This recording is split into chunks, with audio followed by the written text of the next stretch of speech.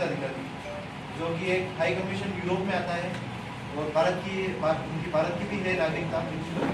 और पापा ने आज से 2 महीने पहले जब मेरे पिताजी ने मेरा फ़ोन आया मेरे पास कि कहा कि बेटा पंकज ओसवाल आपका और आपकी मम्मी का चेक मांग रहे हैं। तो मैंने उनको कहा कि चेक किस बात का मांग रहे हैं। तो उन्होंने कहा कि अगर तुम चेक देते हो तो ठीक है, नहीं तो ये मुझे जान से मार डालेंगे। तो पंकज ओसवाल जी के कहने पर पंकज ओसवाल जी ने मेरे पिताजी को कहा और मेरे पिताजी ने मुझे कहा कि तुम तुम्हारे चेक दे दो। मैंने 5 या 7 दिन तक तो चेक नहीं दिए। उसके बाद मैंने जबरन उनके पंकज ओसवाल के कंपनी के लॉयर थे सचिन देशमुख और कमलेश अग्रवाल करके, उनके एडवोकेट का मेरे पास फ़ोन आया कि आप आपके पिताजी की चेक हमें दे दीजिए।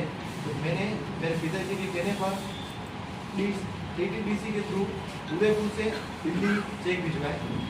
तो वो चेक उन्होंने भर के डाल दिए 75 लाख के, जबकि आज दिन तक मुझे ये भी नहीं पता है कि मेरे पिताजी की सैलरी कितनी है या हमारे अकाउंट में कितने पैसे आते हैं, कुछ नहीं है। न तो उन्होंने मेरे अकाउंट में कभी 1 रुपया डाला है, न मेरे पिताजी अकाउंट में 1 रुपया डाला है। तो मेरा उनसे कहना था कि आपने जब कहा कि आप हमारा चेक ले रहे हैं तो चेक किस हिसाब से डाले। तो उन्होंने कहा वो तो ओसवाल जी की ने ऐसे ही डाल दिए हैं आपको पब्लिश करने के लिए, उनके वकील ने हमको ऐसा कहा। तब जाके मैंने कहा कि फिर मैंने उनके नोटिस 138 NIA का रिप्लाई देते हुए कहा कि मेरे पिताजी कहाँ हैं, जबकि मेरे पिताजी से 55 से 56 दिन हो गए मेरे पिताजी से मेरी बात नहीं हुई है। उनको उन्होंने बंदी बना के किडनैप करके युगांडा में रखा हुआ है। ये बात मुझे ऐसे पता चली कि वो स्विट्जरलैंड से उन्होंने अपने स्तर पर पता लगाया कि आपके पिताजी को युगांडा में रखा हुआ है। तो हमें भी ये बात फिर पता चली। और जब मैंने कहा कि उनको बंदी बनाकर क्यों रखा हुआ है, तो मैंने पंकज ओसवाल जी को कम से कम 100 या 150 फ़ोन किए होंगे, तो उन्होंने मेरे फ़ोन का एक भी जवाब नहीं दिया। और मेरे पिताजी का आज दिन तक उनसे कोई कॉन्टेक्ट नहीं हुआ है।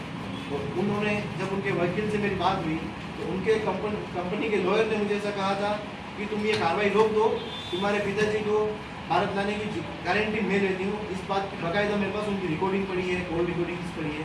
और उन्होंने जो भी कहा है उन्होंने ये भी कहा था कि तुम्हारी भारत सरकार मेरा कुछ नहीं बिगाड़ सकती और तुम्हारा प्रशासन मेरा कुछ नहीं बिगाड़ सकते। तो आप ये पता कर लेना कि मेरा पॉलिटिकल बैकग्राउंड भी पता कर लेना कि मैं कौन हूँ, क्या हूँ। तो मैंने कहा सर मुझे मेरे पिताजी चाहिए, उनके वकील को कहा था। तो उनके वकील के कहने पर मैंने 4-5 दिन कार्रवाई भी रोकी थी और उनके वकील ने मुझे कुछ रिस्पॉन्स नहीं दिया। और आज दिन तक मेरे पिता से मेरा कोई कॉन्टेक्ट नहीं हुआ है। और मैं यही चाहता हूँ कि मेरे पिताजी को वो भारत में आए। और ऐसा कुछ भी है, अगर मेरे पिताजी ने अगर कुछ जुर्म किया हो तो वहाँ की सरकार है, वहाँ की पुलिस है, वहाँ के थाने में डाल सकती है प्रश्न। तो वो कौन होते हैं कि किडनैप करके रखने वाले? उनको जबरन होस्टेज बना कर रखा हुआ है। उनकी भारत की नागरिकता जबरदस्ती उनसे सरेंडर करवा दी गई और सेंट दूसरे की दिला दी गई है। और उन्होंने बीच में जब मेरी बात हुई थी कहा था कि उन्होंने कम से कम मेरे थोड़े बहुत कुछ सिग्नेचर भी कुछ करवा रखे हैं। तो ये हमें नहीं पता है कि उनके नाम पे वहाँ पर क्या है क्या नहीं है। तो ये है मेरी आपसे विनती है। मैं ये न्यूज़ के माध्यम से मैं बात मुख्यमंत्री जी हमारे और PM मोदी नरेंद्र मोदी जी तक पहुँचाना चाहता हूँ कि मेरे पिताजी को जल्द से जल्द भारत लाया जाए। अगर ऐसा कुछ क्राइम किया है तो सरकार उनको उनकी सज़ा दे उसके लिए, और कोई भी उनको किडनैप क्यों करके रखेगा। और मैं यहाँ से 2 बार दिल्ली गया हूँ, अपने विदेश मंत्री एस जयशंकर जी के यहाँ पे गया हूँ। उनके PA से मेरी बात हुई है और उन्होंने ये कहा कि हम आगे आपकी कार्रवाई कर रहे हैं। उन्होंने मेल आगे फॉलो कर रहे हैं। और अभी फिलहाल में 4 दिन पहले ही अपने कीर्तिवर्धन सिंह जी जो स्टेट मिनिस्टर है प्रदेश एक्सटर्नल अफेयर्स के, उनके पास में जाके आया। उनका भी मेरे पास एक लेटर है, उनका पर्सनल लेटर है। तो सीपी साहब सांसद है, तो वो भी उनके हिसाब से वो भी कार्रवाई कर रहे हैं। सर इनके एडवोकेट से जब बात क्योंकि मेरे फादर तो वहाँ जॉब के लिए गए हुए, तो कौन से टैक्स भर के भाई आप बता रहे 6 जनवरी को जो और जांच कर भी तुम सबने कार्रवाई कर रही है। कार्रवाई क्यों नहीं करो, क्या कारण बताया? वो जो पंकज ओसवाल डायरेक्ट वो बात नहीं कर रहे थे, वो जो कह रहे थे वो फादर मुझे कह रहे थे उनके जरिए। उनकी कोई आवाज़ आ रही थी क्या आपको? हाँ, पीछे से आवाज़ आ रही थी और हर 10 सेकंड 15 सेकंड में फोन म्यूट हो रहा था। तो आपने यहाँ कोई ऐसा कोई मामला दर्ज करवाया उन लोगों? मैंने यहाँ के अपने महानिदेशक के पुलिस निरीक्षक सबको मैंने ये अपने जो भी थे लेटर मैंने यहाँ से डिस्ट्रिक्ट कोर्ट से सबको मेल कर दिए और मुझे कोई थाने में इंग्लिश में दिए मैंने, पर एमबीसी से अभी तक कोई रिजल्ट मिली नहीं। इस बात को 1.5 महीना हो गया सर। तो आपका अदर का टैक्स अगर वहाँ बाकी है तो क्या किसी चीज़ में शामिल हो गए क्या आपके पास वहाँ? नहीं सर, मेरे पिताजी किसी चीज़ में शामिल नहीं है। शामिल अगर कुछ किया होगा तो उन्होंने जबरदस्ती किया होगा। इनके नाम है, इनका सवाल ये है कि वापस नहीं होगा। ये आप हत्या की जो बात लिख रहे हो ये क्या है? क्या ऐसा है? अभी हमारा कॉन्टेक्ट ही नहीं है सर, हमें पता ही नहीं है कि क्या है काम। लास्ट टाइम ये लगेगा सर, तो उन्हें क्या करनी है? आज बात कर रहे हो। 43 से 44 दिन हो गए। इनको नागरिकता कौन से देश की मिली? Saint Lucia.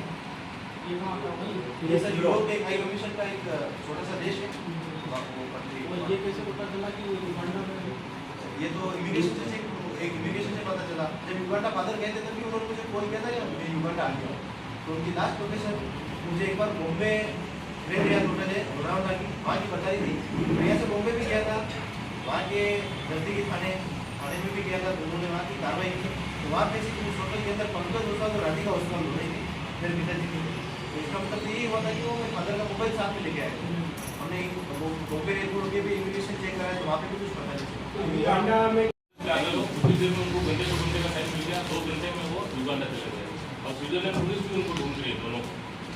और वहाँ के इमिग्रेशन भी लोग स्विट्जरलैंड के तो वरना पंकज इस ओसवाल पूरे मामले में ऐसा लगता है कि ये जो ओसवाल क्या नाम है उनका पूरा? पंकज ओसवाल पंकज ओसवाल मतलब फ्रॉड जैसे कार्य में उन्होंने सर बहुत जगह पे फ्रॉड करके बहुत घोषणा भी मैंने खरीदना सब कुछ उनके पे है सर उनके बारे में सब कुछ ज्यादा आपके पिताजी की उम्र क्या है?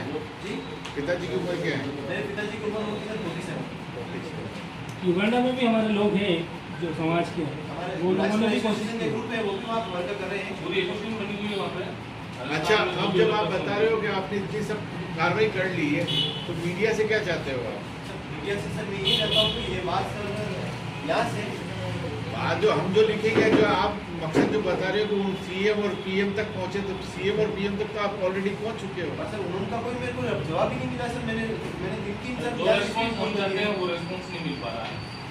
तो आप हमारी मदद करें और थोड़ा सा ये वो मामला हमें कुछ नहीं चाहिए, हमें हमारा फादर भेज दीजिए। हाँ, उन्होंने बहुत वो भी उनके स्तर पर कार्य करें, उन्होंने आश्वासन दिया हम करेंगे, पर वही बात है हम सेटिस्फाई नहीं है कुल मिला के बात। आप सीधी साहब से एक बार विदेश मंत्री से मिले नहीं क्या चाहते हैं? मिले सर मिले जाते मिले उन्होंने कहा कि हम कार्रवाई कर रहे हैं। हमें एक आश्वासन दिया कि हम कार्रवाई कर रहे हैं। युगांडा में आपके रिश्तेदार है तो उन्होंने पुलिस की मदद नहीं की? वहाँ पे सर पुलिस ऑफिसर ऐसा कोई इतना कानून का सख्त नहीं है वहाँ पे। वो गए भी हैं पर उन्होंने वहाँ कुछ वहाँ जाने की किसी हिम्मत नहीं की। अच्छा, अभी दिल्ली से आपसे कौन कनेक्टेड है? मेरे उससे दिल्ली से कीर्तिवर्धन सिंह कनेक्टेड है और एक पांडे करके विभूतिनाथ पांडे जो है ओसवाल की ओर से ओसवाल की वो ओर तो से सर सर उन्होंने 10 दिन से फोन करना हमें बंद कर दिया। ओसवाल के तो वकील हमारे टच में है। वो आए थे, दबोग आए थे एयरपोर्ट के सामने वाटरा होटल पे हमसे मिलके गए थे वो। और उसके बाद 5-7 दिन और बात चली। उन्होंने बोला हम मंडे को ले आएंगे, उस दिन शायद फ्राइडे था। उन्होंने बोला हम मंडे को आपके पापा को ले आएंगे, वहाँ से हम स्विट्जरलैंड एम्बेसी जाएंगे, वहाँ आपके पापा लिख के देंगे और वीडियो बनाएंगे कि भाई मैंने गलती से बोल कर दिया था, हमारे बीच में ऐसा कुछ नहीं है, तो हम आपके पापा को लिख कर देंगे और उधर उनका भी स्विट्जरलैंड में वापस सब सही हो जाएगा। ओसवाल जो है ओसवाल सिस्टम और इनकी अमोनिया की फैक्ट्रियाँ हैं बहुत सारी। और युगांडा में इनकी एक नई फैक्ट्री अभी स्टार्ट होने वाली है, प्रो इंडस्ट्रीज करके। और जब मैंने उनको मैसेज किया कि आप मेरे पिताजी को अगर नहीं छोड़ोगे तो मैं मीडिया में जाऊँगा, तो उन्होंने मैंने उनको मेरे पास हर चीज़ का जवाब पड़ा है। उन्होंने मुझे ये नोटिस भेजा कि मैं उनसे डिमांड कर रहा हूँ 1.5 करोड़ रुपए की, कि मैं उनसे विरोध मांग रहा हूँ। ये नोटिस है मेरे पास और उनको मैंने कुछ शब्द कहे हैं और ये चीज़ भी इसमें लिखी हुई है, जबकि मेरे पास पूरा एविडेंस है कि मेरा ऐसा कुछ नहीं है। आपने तो 1.5 करोड़ का टिकट हो गया। ये तो मैंने फील करके थोड़ी किया सर, फिर तो उन्होंने किया और वो भी जबरन किया, पापा से जबरदस्ती बुलवाया गया। ये चीज़ की है, उनके लॉयर है, उन लॉयर ने देखा कि आप चेंज हो। रोड साइड नहीं है ना? एक मतलब का नाम था तो ब्लैक